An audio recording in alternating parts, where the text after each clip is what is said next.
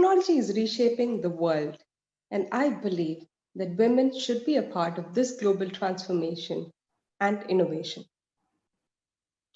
The biggest opportunity we have is few decades ago, some women were at the forefront of technology, and these women broke the initial gender barriers for us and inspired us.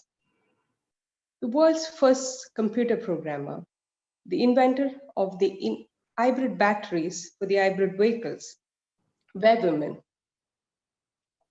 Nevertheless, the challenges we have is we are yet to find constructive ways to position ourselves in certain tech sectors and societies that are predominantly male biased because of the preconceived notion.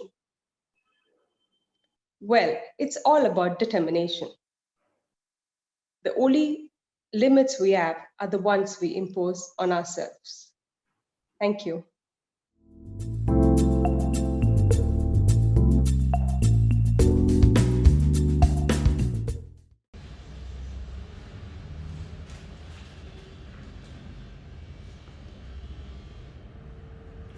Hi there, I'm Rajita Ravi and I'm one of the founders at Orha Energies. Orha Energies is a performance electric vehicle and energy system startup based out of Bangalore. When I was asked for my challenge, I would say my challenge is recruiting for diversity. In my opinion, diversity is not gender and background alone. Diversity is defined for me by diversity of thought, diversity of experience, and diversity of problem-solving skills. It's the complexity and depth of ideas and perspectives and the richness of understanding that someone brings to the table. In the electric vehicle ecosystem in India today, I would say that there is a diversity vacuum.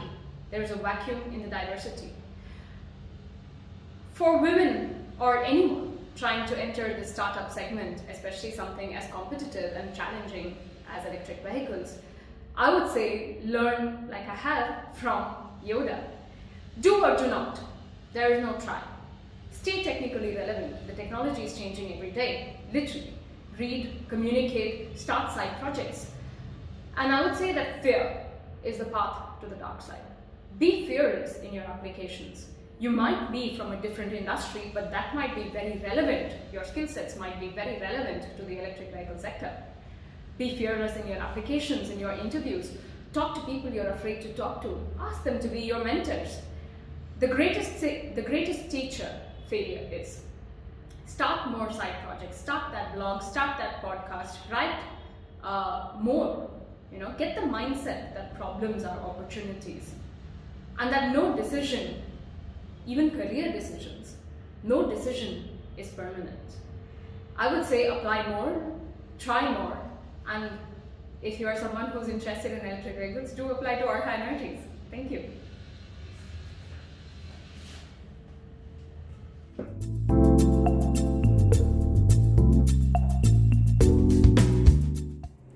Gender disparity in the workplace is a really common topic of discussion, be it in tech panels or articles in magazines, social media posts, or even just like conversations between colleagues and friends. There's always something out there that highlights the challenges that women face in the tech industry. So for instance, there's this unconscious bias against women when it comes to hiring, paychecks, or allocating funds for women entrepreneurs.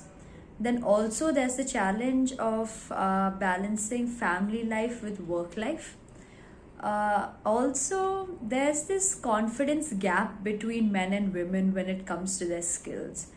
So the good news here is that because this issue is being brought into light so frequently, there are lots of opportunities opening up for women. So for instance, there are companies like IBM and American Express and lots of universities that are like opening up career development programs and training boot camps. So like this is a good opportunity for us to level up our skills and just boost our confidence so that we can fight for our position in the IT industry.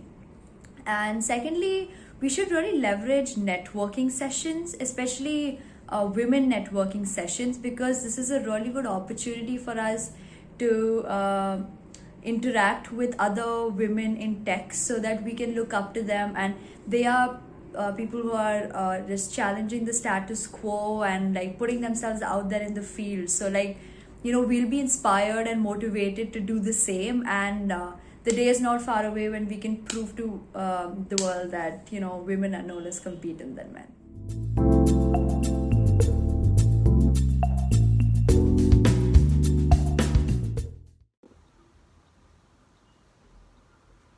So there is a substantial and a very pleasant change coming about. If I compare the number of women that I could interview from the automotive industry, say 3 to 4 years ago to now, there is a stark difference. We now have electric vehicle companies which are headed by women in India. Seat recently launched an all-women tire shop for sale and service. Continental has a substantial women workforce at its plants. MG Motors recently rolled out the 50,000th unit of the Hector. Who built that unit? An all-women's crew did. The COO of Tata Technologies was named among the top 100 women in the automotive industry in North America. Now, the fact that I can cite so many of these examples, and they are only a few of a lot, is proof that women are becoming an integral component of the machinery of the automotive industry.